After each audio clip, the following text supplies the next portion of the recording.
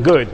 So, as Avram said, I work for Stratasys. Stratasys is a 3D printing company. You have the machines there. By profession, I'm an architect.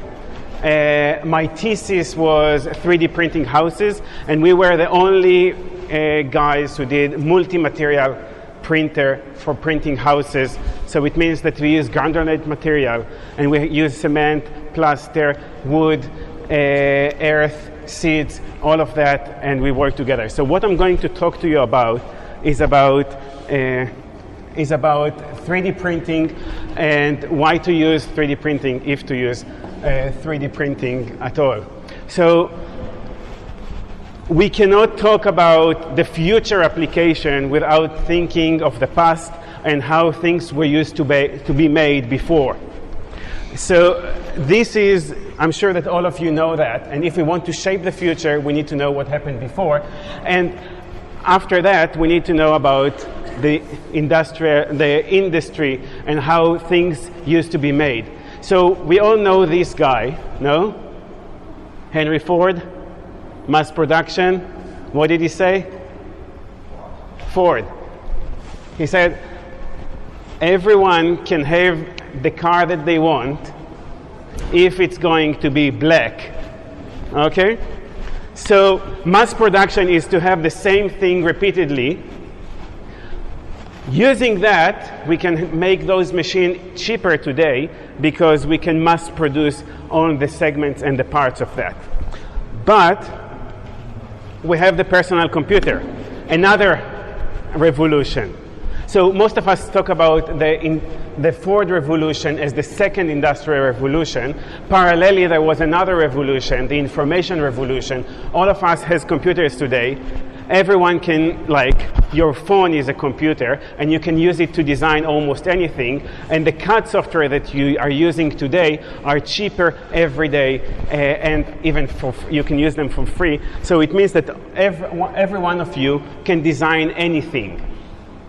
Now, if we look at the factory and the way that things used to be made, so there are many processes. I would like you to think about the new process, like Alibaba. Did any one of you use Alibaba to make something? No? None of you, I can tell you, I designed something, you send your data to Alibaba, to one of the factories, the guy tells you how much they're going to make it, you transfer emails, and by 2 days, you have a factory work for you and can do small amount of pieces as you want. So this is a new way of factory. What we are talking about is how the factory of tomorrow is going to look like and how it's going to shape you. How those machines, the digital fabrication machines, can be work for you, and how can you transfer data instead of transfer material and feasible things. Some call this the factory, the third industrial revolution. Today we are talking about the fourth industrial revolution. That means that I can design, in one side, I have a factory, which are like my digital fabrication machines. Each machine of those can make almost anything. It's not like an assembly line. They are very versatile, and you can do crazy and great idea. Okay, I'm coming from a 3D printing company, and all of you think that I'm going to talk about only 3D printing, so no. To make things, you need to remember that there are mostly 4 fabrication methods that we make almost anything with them. Today, some people say that we have 5, and I will explain what is the 5th one. The first thing we cut. This is the oldest thing that we know, like cut. The second thing is subtract, to take material out. Third thing is additive. We add materials. And the fourth one is morphing. How do you modify the material that you are using, that you use? The 5th one, someone told me the 5th one is programming, because you cannot make things today without programming, or without actually make them to be active. So this is the fabrication methods. So we know about cut. All of you know that. Subtract. So we have robotic arms and we have milling machines.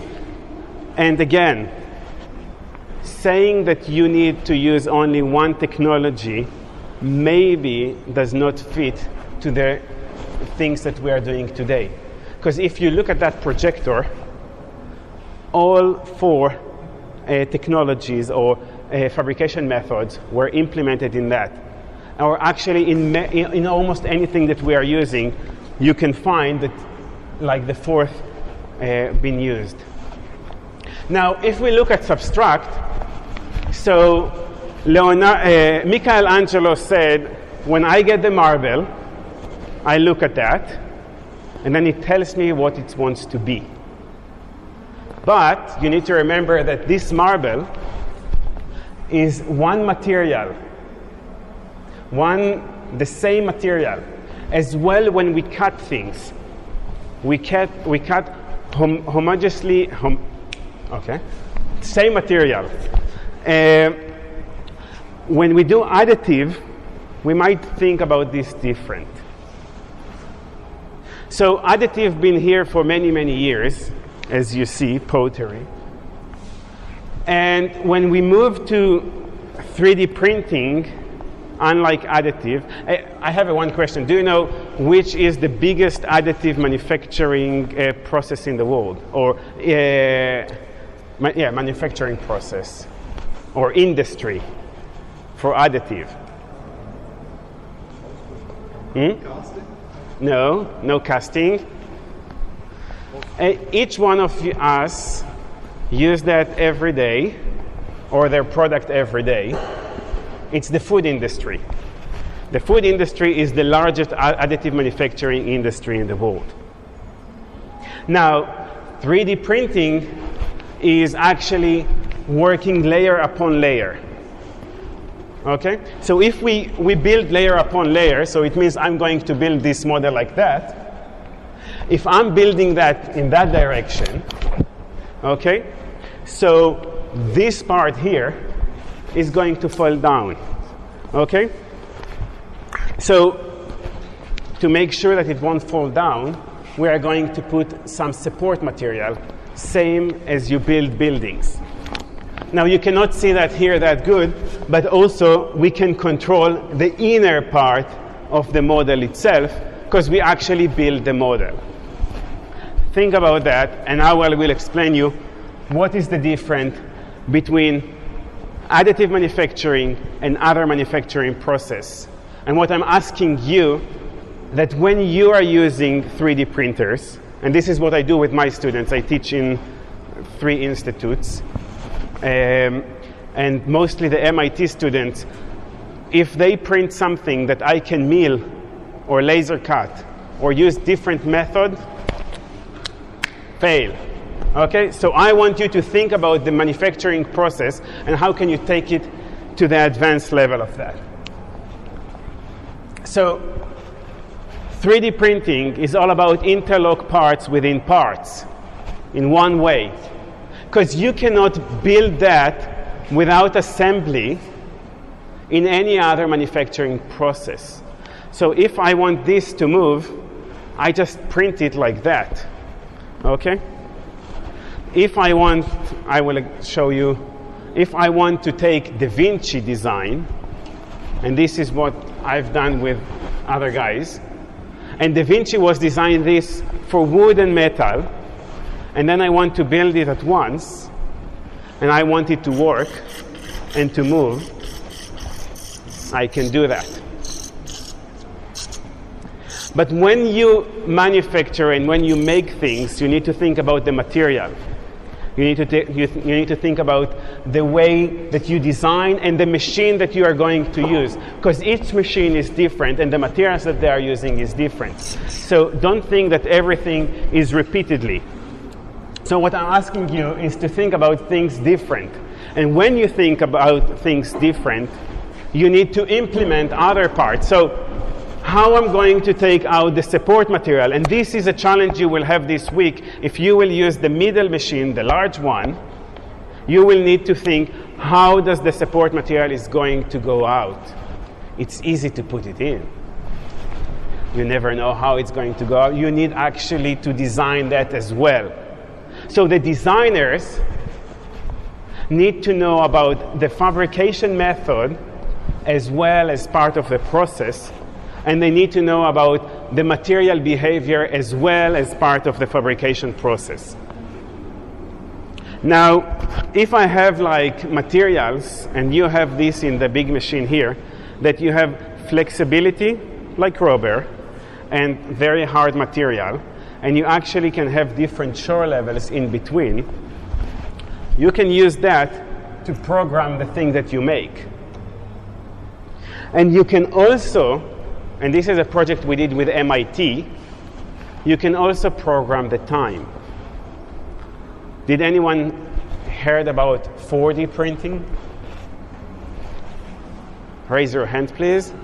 Okay, one. Okay. So 4D printing is all about the fourth element, which is time. So the project that we've done with MIT was, can we program the material to behave and to move during time and to change the shape of that? Now, when we did that, we also knew that we are actually printing and making the material and making the design. So we can actually populate different materials in between and make it happen. So you cannot see, but this is part of the design.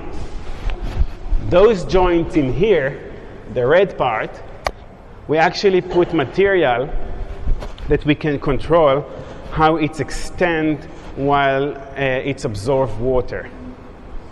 So the entire joint is moving and working, and so you can print something flat and then it moves. Now, when we did that was 2013, all the world were like amazed, but no one knew what to do with that. Today we see that in the medical industry, that they understood that you can put some medical instrument inside the body, and while they absorb the water from the body or the humidity, they can change their shape, and this can be work for the medical process.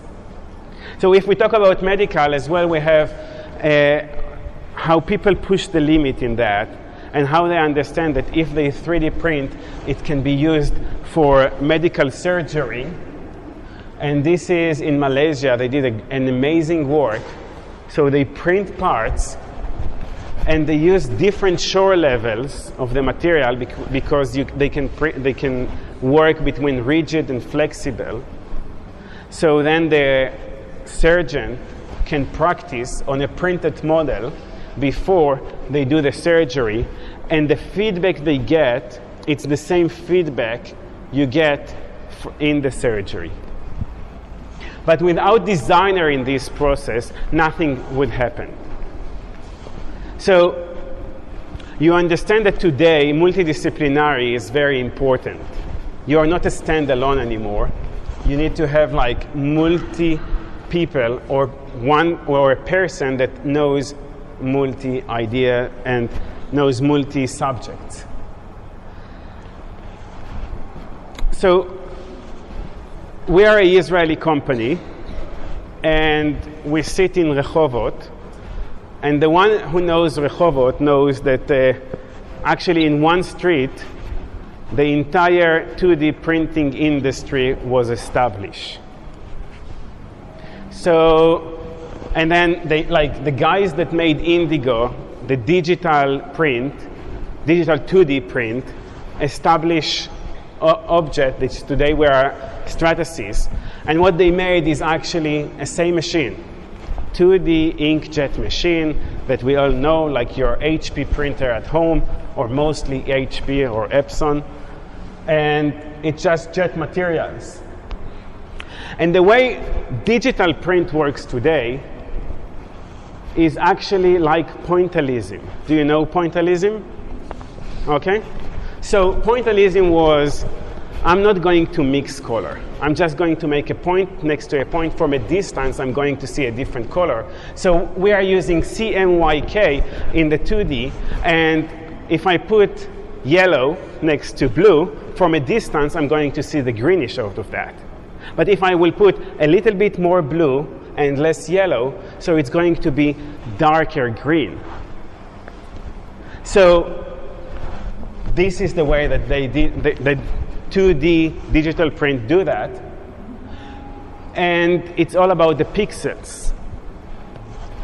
Okay? So pixel next to a pixel, this is how does it work. Now, pixel is flat. Actually, it's much more like my shadow here. Does not have any volume. When we move to 3D print, we actually need to think in a different way. You need to start to think about voxels. Voxel is a 3-dimensional pixel. But things are almost the same.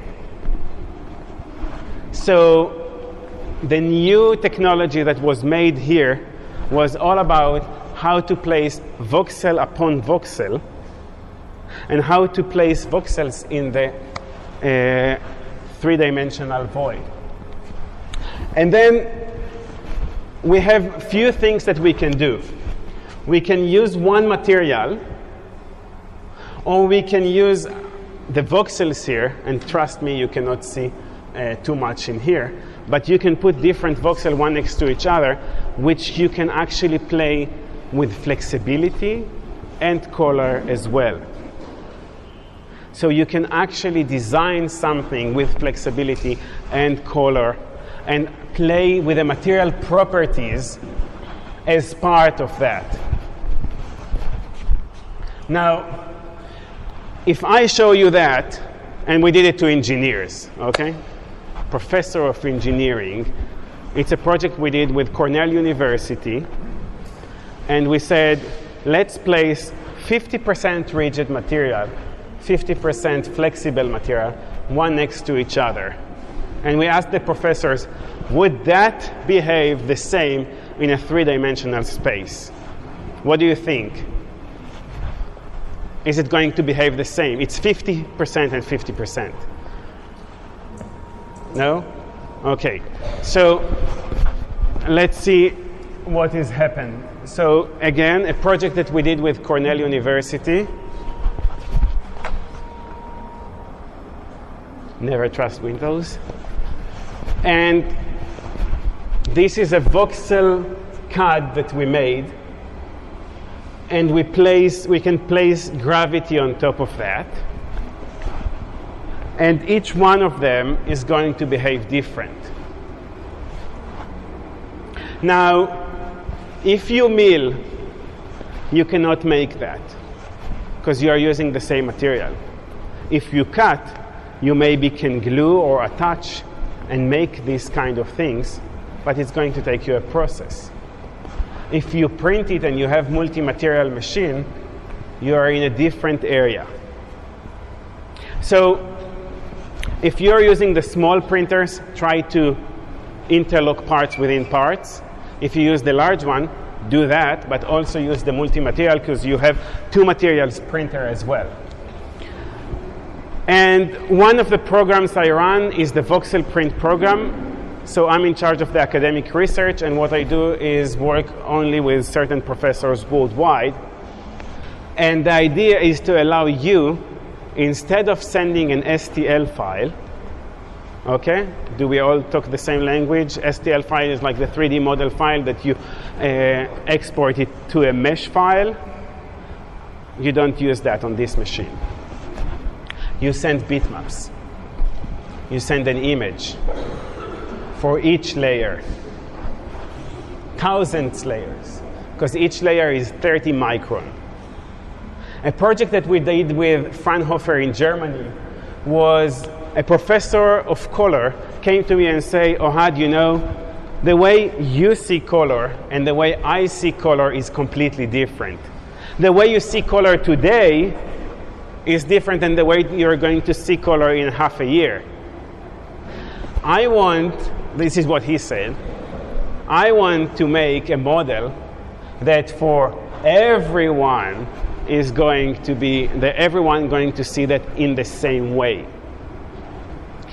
And he told me another thing, I want to make a software that when I scan a skin tone, it's going to be exactly, if I will put it one next to each other, it's going to be the same. So no one trusts him, and we said, okay, let's go and work with you. And they made this huge scanner, because what they want is actually to take every artifact from every museum and to scan it. And instead of exhibiting the artifact, they want to exhibit the 3D printed parts. And then they made a software that actually reads the colors and plays voxels by voxels. And you see here, this does not look like anything like what we saw before. But actually, he is using the void of the three-dimensional. So most of us, when we think about color, we think about, okay, let's put like a bitmap on top of a surface, no? This is how we do model. We just print something and glue it and like. But if you take light on your skin, you see that actually the color that you see outside is actually some reflection of the color that you see inside, and the way that the light comes into that layers and goes out. So the same with 3D printing, because you can play with the inner part of the model. So I love my computer. Never work for a corporate. So this is a model that was printed with 3 material printer. Today we have 6 material printer. 7. Maybe it does not look the same for you, but if I've been there, when you put it one next to each other, it's identical.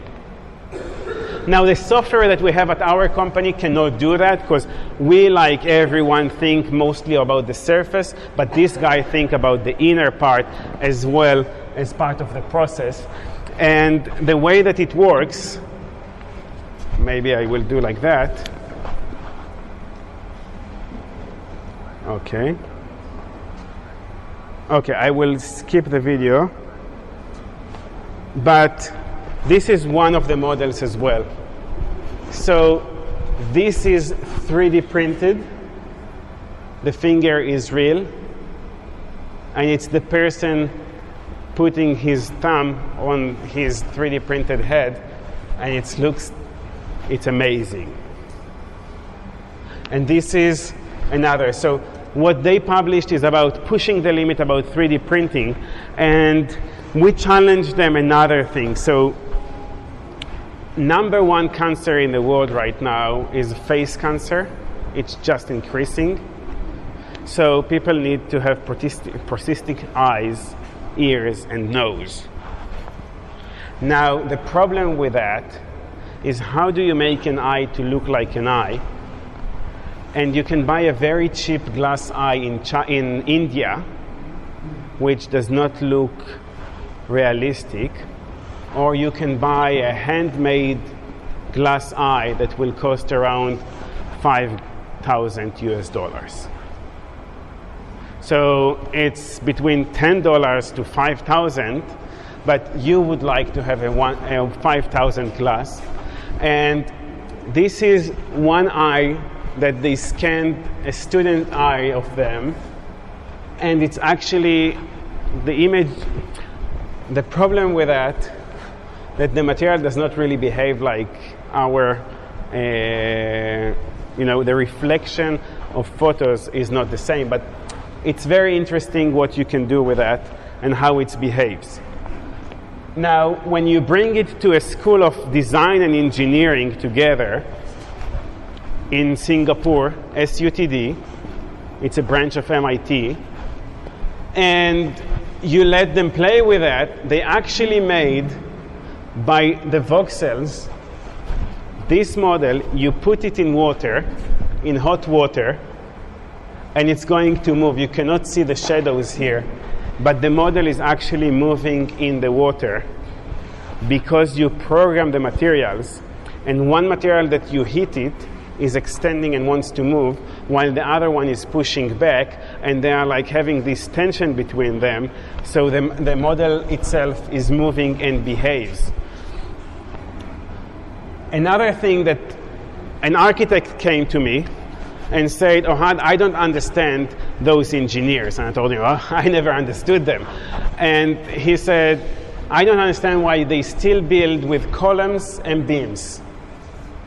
And I said, okay, what do you think that the future is going to look like? And he said, the future is about placing materials. Now, I told you my thesis was about that. So I said, okay, take this software and do something. And he made that. So this chair is all about reinforced print parts with flexible materials to have the best way that you sit.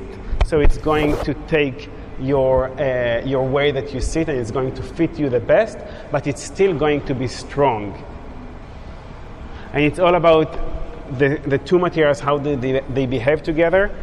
You can download this software because it was bought by Autodesk. It's called Monolith. And Autodesk, as they said, they believe that this is the future of CAD modeling.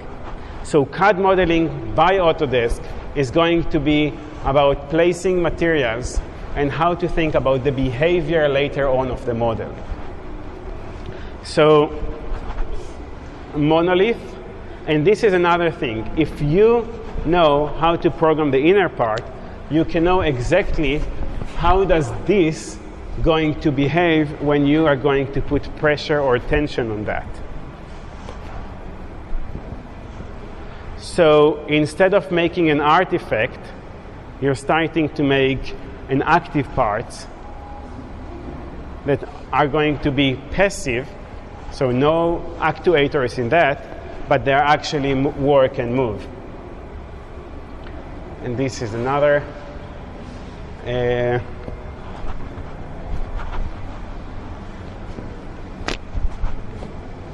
this is SUTD in Singapore again, using the same method. I told you that you put hot water and it behaves. So this is the first layer of that. Okay. You see, it goes back and forth.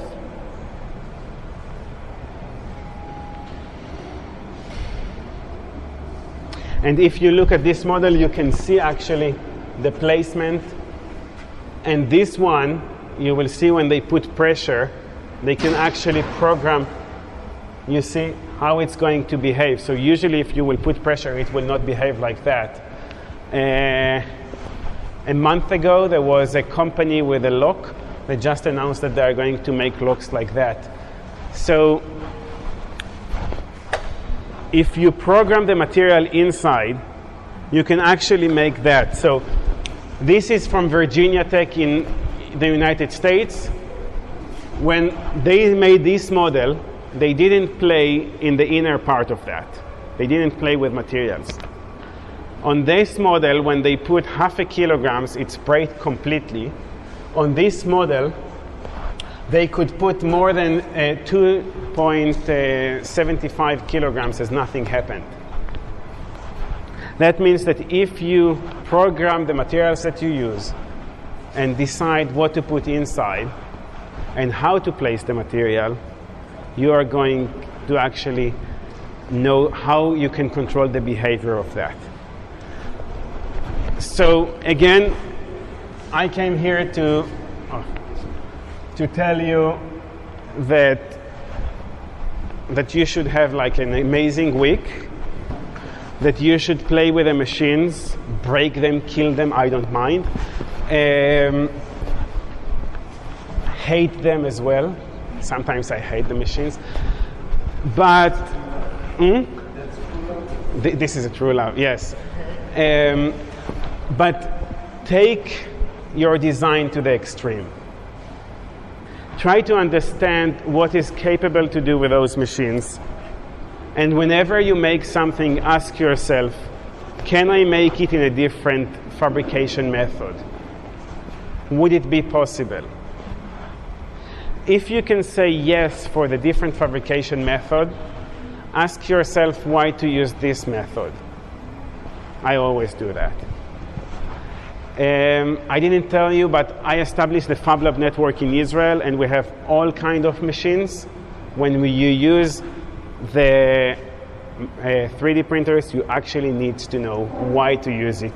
Currently is kind of the most expensive fabrication method, because look at the time, look at the material cost. So be smart when you do that, and share the images with us after. Can I have a time for some questions? Do I have time? You have to get to the airport. So Yeah, I have a flight in. We will have to do it on the internet. Okay, so enjoy your week, and thank you for letting me be here.